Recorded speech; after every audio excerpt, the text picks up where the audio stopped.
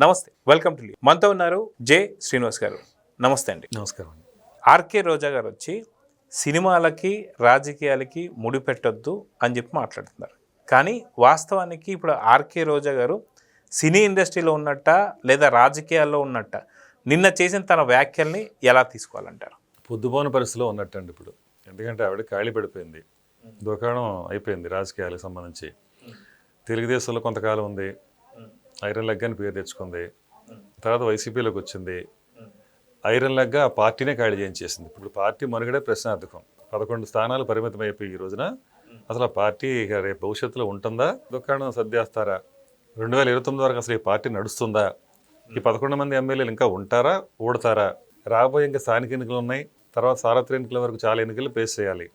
ఈ పరిస్థితుల్లో మీడియా ముందుకు వచ్చి మాట్లాడే మనుషులు లేని పరిస్థితి అక్కడ.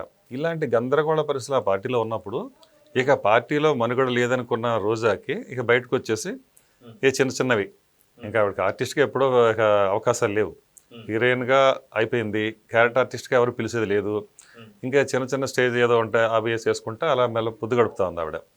కాలక్షేపం చేస్తున్నట్టే ఆ లెక్క. మధ్య మధ్యలో ఎప్పుడన్నా వచ్చి ఒక మీడియా ముందు ఇట్లాంటివి మాత్రం మాట్లాడుతూ ఉంటుంది. ఇప్పుడు ఆవిడకి ఏం అర్థం బద్దం లేని ఒక ఆరోపణ ఇది ఏదైతే ఉందో, జూనియర్ ఎన్టీఆర్ గురించి నిన్న ఒక విషయం గురించి మాట్లాడింది. ఒక సినిమా గురించి అడ్డుకోవాలని అరచేతిని అడ్డుపెట్టినా కానీ సూర్యకాంత్ని ఆపలేమని, లేదా ఇంకా జూనియర్ ఎన్టీఆర్ విజయాలు ఆపలేమని, అలాగే ఒక ఫెయిల్యూర్ని హరిహర వీరమ్మలు కానీ లేకపోతే గేమ్ చంద్ర విషయం గురించి మాట్లాడితే ఆ ఫెయిల్యూర్ని మీరు ఆపలేరని ఏవో అక్కడ ఇక్కడ కూడా ఏం మాట్లాడుతుందంటే పొంతలేని మాటలు. ఓ పక్కన సినిమాలకి పాలిటిక్స్ సంబంధం లేని మాట్లాడుతున్నావు, నువ్వే రెండు ముడిపెట్టి మాట్లాడుతుంటావు.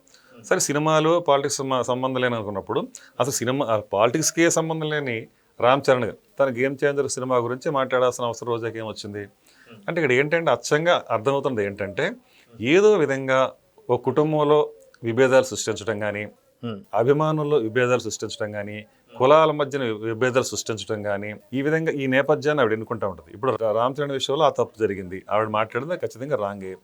అంటే ఇప్పుడు రాజకీయ ప్రత్యర్థి కాబట్టి జనసేన అధినేత పవన్ కళ్యాణ్ గురించి ఏదైనా మాట్లాడిన సందర్భం ఉంటే అది వేరే విషయం. అక్కడ కూడా ఆయన ఏం అవకాశం ఇచ్చింది లేదు. అందరిలాగే తను కూడా టికెట్స్ రేట్స్ విషయంలో తనేమో అక్కడ పట్టుబట్టింది ఏమి లేదు. అందరికీ ఏం న్యాయం జరిగితే నాకు అదే విధంగా చేయమని చెప్పాడు తప్పితే తను ప్రత్యేకించి తనకేదో ఫేవర్ చేయమని అడగలేదు. అలాగే జూనియర్ ఎన్టీఆర్ విషయంలో కూడా మొన్న వార్ 2కి కూడా టికెట్లు వాళ్ళకు కూడా అదే అవకాశం ఇచ్చారు. ఇక్కడ సమన్యాయం జరుగుతూనే ఉంది. ఇక్కడ రాజకీయాలు ఎక్కడున్నాయి? రెండు ముడిపెట్టి చూడాల్సిన అవసరం ఇక్కడెక్కడ లేదు, ఇక్కడెక్కడ జరగట్లేదు. కానీ మీరు మాత్రం ఆ ఆరోపణలు చేస్తున్నారు. సో ఆ విధంగా చేసి ఏదో కుటుంబం మధ్యలో అంటే ఎన్టీఆర్ ఫ్యామిలీ ఏదైతే ఉందో ఆ ఫ్యామిలీలో సీనియర్ ఎన్టీఆర్ అభిమానులంతా కూడా జూనియర్ ఎన్టీఆర్ అభిమానులు అంటే మాట్లాడుతుంది ఇవ్వడం. అలా అనుకుంటే మరి బాలకృష్ణ అభిమానులు ఎవరు? అలా అనుకుంటే కళ్యాణ్ రామ్ అభిమానులు ఎవరు? అలా అనుకుంటే తారక నా తమ్మని చూసిన అభిమానులు ఎవరు? అలా అనుకుంటే నారా రోహిత్ అభిమానులు ఎవరు? అలా ఏముండదండి. ఎవరికి నచ్చితే సినిమాలు నచ్చితే వాళ్ళ సినిమాలు చూస్తారు. ఆ ఫ్యాన్ ఫాలోయింగ్ అనేది వాళ్ళకి, ఆ ఫ్యాన్స్ ఎవరైతే ఉన్నారో వాళ్ళు ఇష్టపడి వాళ్ళు ఆ విధంగా సినిమా హీరోలని వాళ్ళు ఆరాధిస్తారు, అభిమానిస్తారు.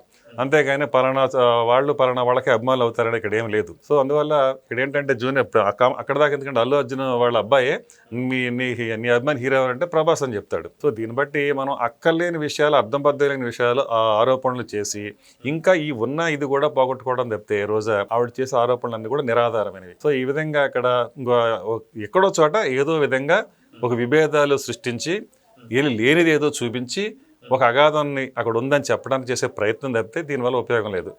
ఈ ఎలిగేషన్స్ తీసుకురావడం వల్ల కనీసం కూడా ఎవరు ఆవిడ పట్టించుకునే పరిస్థితి లేదు. కాబట్టి ఏదో విధంగా మీడియా ముందుకు వచ్చి రెండు అవాకులు మాట్లాడి వెళ్ళిపోవడం తప్పితే ఆవిడ చేసింది ఏం లేదు ఇందులో. అయితే వాస్తవానికి ఇప్పుడు ఆర్కే రోజా గారు పూర్తి స్థాయిలో సినీ రంగానికి పరిమితం అయిపోయి ఉన్నారని చెప్పేసి అనుకోవాలా, లేదంటే మటుకు మన రాజకీయాల్లో ఉందని చెప్పి అనుకోవాలా? ఎందుకంటే ఇక్కడ జీ5కి సంబంధించినటువంటి ఆ ఛానల్కి సంబంధించి ఒక సీరియల్స్ ఛాంపియన్ షో ఒకటేదో ఉంది, దాంతోపాటు డ్రామా జూనియర్స్ అని ఇలాంటి షోలో కనిపిస్తుంది. కానీ ఇక్కడెక్కడ కూడా రాజకీయాల్లో పెద్ద కనిపిస్తుంది లేదు.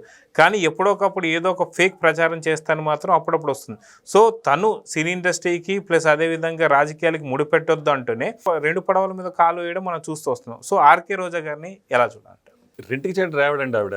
రెండు పడవల మీద కాలంటే అలా ఏం లేదు. రెండు పాత్రలు పోషించి సక్సెస్ అయిన వాళ్ళు బోల్డ్ మంది ఉన్నారు. ఇప్పుడు సీనియర్ ఎన్టీఆర్ గారిని చూసుకుంటే ఆయన ఇండస్ట్రీ విడిచిపెట్టి రాజకీయాల్లోకి వచ్చారు, కానీ రాజకీయాల్లో ఉండగా ప్రతిపక్షంలో ఉన్నప్పుడు కూడా ఆయన బ్రహ్మశ్రీ విశ్వామిత్రవి చేసిన సందర్భాన్ని రెండింటినీ కోఆర్డినేట్ చేసుకోగలిగారు. ఇవాళ అదేవిధంగా ఇక్కడ పవన్ కళ్యాణ్ గారు కూడా రాజకీయంలో ఆయన బిజీగా ఉంటూనే ఖాళీ సమయం దొరికినప్పుడు మాత్రమే సినిమాలు చేసుకుంటూ వెళ్తారు. అలా చేయబట్టే హరిహర వీరమల్లి అనేది 2 సంవత్సరాలు డిలే అయింది. ఆయన పూర్తిగా రాజకీయం కోసమే ఎక్కువ సమయం కేటాయించాడు కాబట్టి, ప్రజల కోసమే సమయం కేటాయించాడు కాబట్టి అభిమానులు నిరాశపడతారన్న విషయాన్ని కూడా ఆయన కొంచెం తగ్గి సినిమాల విషయంలోనే సెకండ్ ప్రయారిటీ ఇచ్చుకుంటూ వచ్చాడు. అంటే రెండు కళ్ళు లాంటివి అయినా కూడా పవన్ కళ్యాణ్ గారు చేసింది ఏంటంటే రాజకీయాలకే మొదట ప్రాధాన్యత ఇచ్చుకుంటూ వచ్చారు. వచ్చి ఒక రకంగా చెప్పాలంటే సినిమాని డీల్ అవ్వడానికి కూడా కారణమైంది తనే అని చెప్పి తనే చెప్పుకున్నాడు. సో ఆ విధంగా అటు ఇటు కూడా న్యాయం చేయడానికి ప్రయత్నించాడు.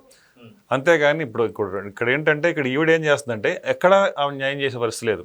రాజకీయాలకు వచ్చి ఆవిడ ఏం చేయగలిగిందండి, ఒక పంపు ఒకటి ఏదో కాలనీలో కుళాయి నీటి కుళాయి ఒకటి మాత్రమే ఓపెన్ చేస్తున్నారు. కరోనా టైంలో అక్కడ పబ్లిక్ గ్యాదర్ కాకూడదని ఒక ఆంక్షలు ఉన్నా కూడా అక్కడ జనాలను తీసుకొచ్చి గుంపుగా అక్కడ పూలు జల్లించుకుని ఆ పూల మీద నడుచుకుంటే ఒక పంపు ఓపెన్ చేసింది అంతే. అంతకుమించి ఆవిడ ఏం చేసింది అక్కడ ఎక్కడ నాకు 5 ఏళ్ళు చూపించండి. రాజకీయాల్లో పూర్తిగా వైఫల్యం, అంటే మొత్తం పార్టీ వైఫల్యం అయిపోయింది. అక్కడ ఏ ఎమ్మెల్యే కానీ మంత్రి కానీ ఎక్కడ కూడా అభివృద్ధి కార్యక్రమాలకి ఇక్కడ శ్రీకారం చుట్టారు. ఇక్కడ ఏదో రోడ్డు వేశారు, అక్కడేదో స్కూల్ బిల్డింగ్ కట్టారు, లేకపోతే అక్కడేదో పరిశ్రమ తీసుకొచ్చారు, ఇక్కడేదో ఉద్యోగాలు తీసుకొచ్చారు, అక్కడ ఉపాధి కల్పన తీసుకొచ్చారు అన్న ఒక్క మంత్రి కానీ ఒక ఎమ్మెల్యే కానీ ఎక్కడన్నా మనం చూసామంటే లేదు. వీళ్ళందరూ 5 ఏళ్ళు ఏం చేశారు, దోచుకున్నారు, దాచుకున్నారు. ఈవిడ కూడా చేసింది అదే కదా. ఆడుకున్నారా అంటే ఏం చేసింది, ఆ క్రికెట్ కిట్లు వాటిలోనూ ఎంత గోల్మాల్ చేసింది ఆవిడ. ఇప్పుడు నవ్వుల పాలైంది, అబాస్ పాలైంది. ఇవాళ ఆల్రెడీ ఇప్పుడు విచారణ జరుగుతుంది. రేపమాపు ఈవిడ కూడా ఈవిడ ఆట కథం అయిపోయి ఇవి కూడా ప్రాసిక్యూట్ చేయబడి బెయిల్ మీద బయట ఉండటమో లేదా జైలుకు పోవటం అనేది ఖచ్చితంగా జరిగే పని. సో ఇవన్నీ ఏంటంటే సంధి ప్రలాపాలు అంటారు. ఇవాళ జగన్మోహన్ రెడ్డి గారు చేసే పని కూడా అదే. ఓ పక్కనేమో ఉపరాష్ట్రపతి ఎన్నిక జరుగుతూ ఉంటే, టాపిక్ పక్క వెళ్తుందని అనుకోవద్దు, ఉపరాష్ట్రపతి ఎన్నిక జరుగుతుంటే మరి ఉపరాష్ట్రపతి ఎవరికి అభ్యర్థి, కూటమి అభ్యర్థి. కూటమిలో ఎవరున్నారు, ఇక్కడ తెలుగుదేశం, అలాగే జనసేన, బీజేపీ. ఈ మూడింటి మీద నువ్వు పోటీ చేసిన నువ్వు మరి వాళ్ళ బీజేపీ బలపరిచిన అభ్యర్థి ఉపరాష్ట్రపతికి నువ్వు ఏ విధంగా నువ్వు బలపరచడానికి ముందుకు వస్తున్నావు అంటే నీకే ఎటు పోవాలో దారి తెలియలేదు. అంటే నేను ఎటువైపు ఉన్నానని చెప్పుకోలేని పరిస్థితి. నువ్వు ఈసీ సరిగ్గా ఎన్నికలు సక్రమంగా జరిపించలేదు అంటున్నావు. మరి ఈసీ మీద అక్కడ యుద్ధం చేస్తున్నారు ఎవరు, కాంగ్రెస్, సమాజ్వాదీ పార్టీ వాళ్ళంతా మరి వాళ్ళని క్వశ్చన్ చేస్తున్నారు. మరి నువ్వు పోయి వాళ్ళని సమర్థించవచ్చు కదా. నీకు కూడా అదే అన్యాయం జరుగుతుందని నువ్వు అనుకున్నప్పుడు మరి ఇక్కడ ఏదో గోల్మాల్ జరిగింది, ఓట్లు గల్లంతైనాయి అని మరి వాళ్ళు ఏదైతే అలిగేషన్ తీసుకొస్తున్నారో దాన్ని సమర్థించాలి కదా. అక్కడే మాట్లాడుతున్నాడు రాహుల్ గాంధీ, ఆ విధంగా చంద్రబాబు నాయుడు, రేవంత్ రెడ్డి, ఆ ముగ్గురు అక్కడే అంటున్నావు. ఇక్కడేమో మరి నువ్వు వ్యతిరేకించే కూటమికి ఏమో అభ్యర్థిని బలపరుస్తాను అంటున్నావు. దీన్ని ఏమంటారు, గోడ మీద పిల్లి అంటారా, 2 నాలుకలు బల్లి అంటారా? సో జగన్మోహన్ రెడ్డి మీ ఎవరైతే మీ అధినాయకుడు ఉన్నాడో వైసీపీలో ఆ అధినాయకుడి నుంచే మీకు వారసత్వంగా అందరికీ కూడా ఇదే ఉంది. మీరు పైనుంచి కింద కార్యకర్త వరకు ఒకటే పద్ధతి, అసత్యాన్ని సత్యం చేయటం, సత్యాన్ని అసత్యం చేయటం, గందరగోళం సృష్టించడం, అభూత కల్పన సృష్టించడం. ఇవాళ చూడండి అక్కడ అమరావతిలో అక్కడ ఏదో మునిగిపోయిందని ఎక్కడో చెరువుల దగ్గరికి వెళ్ళి ఫోటోలు తీసేసి ఆ ఫోటోలు పెట్టడం, విష ప్రచారం చేయటం. ఎక్కడుందండి ఇవాళ అందరూ వీడియోలు చూపిస్తున్నారు.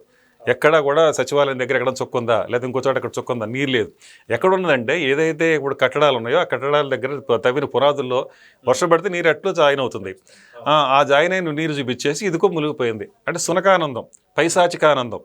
ఇవన్నీ ఓ పక్క నుంచి ఇలాంటి ప్రవృత్తి కళ మనస్తత్వం ఉన్న వ్యక్తులు ఈ వైసీపీలో ఉంటారు.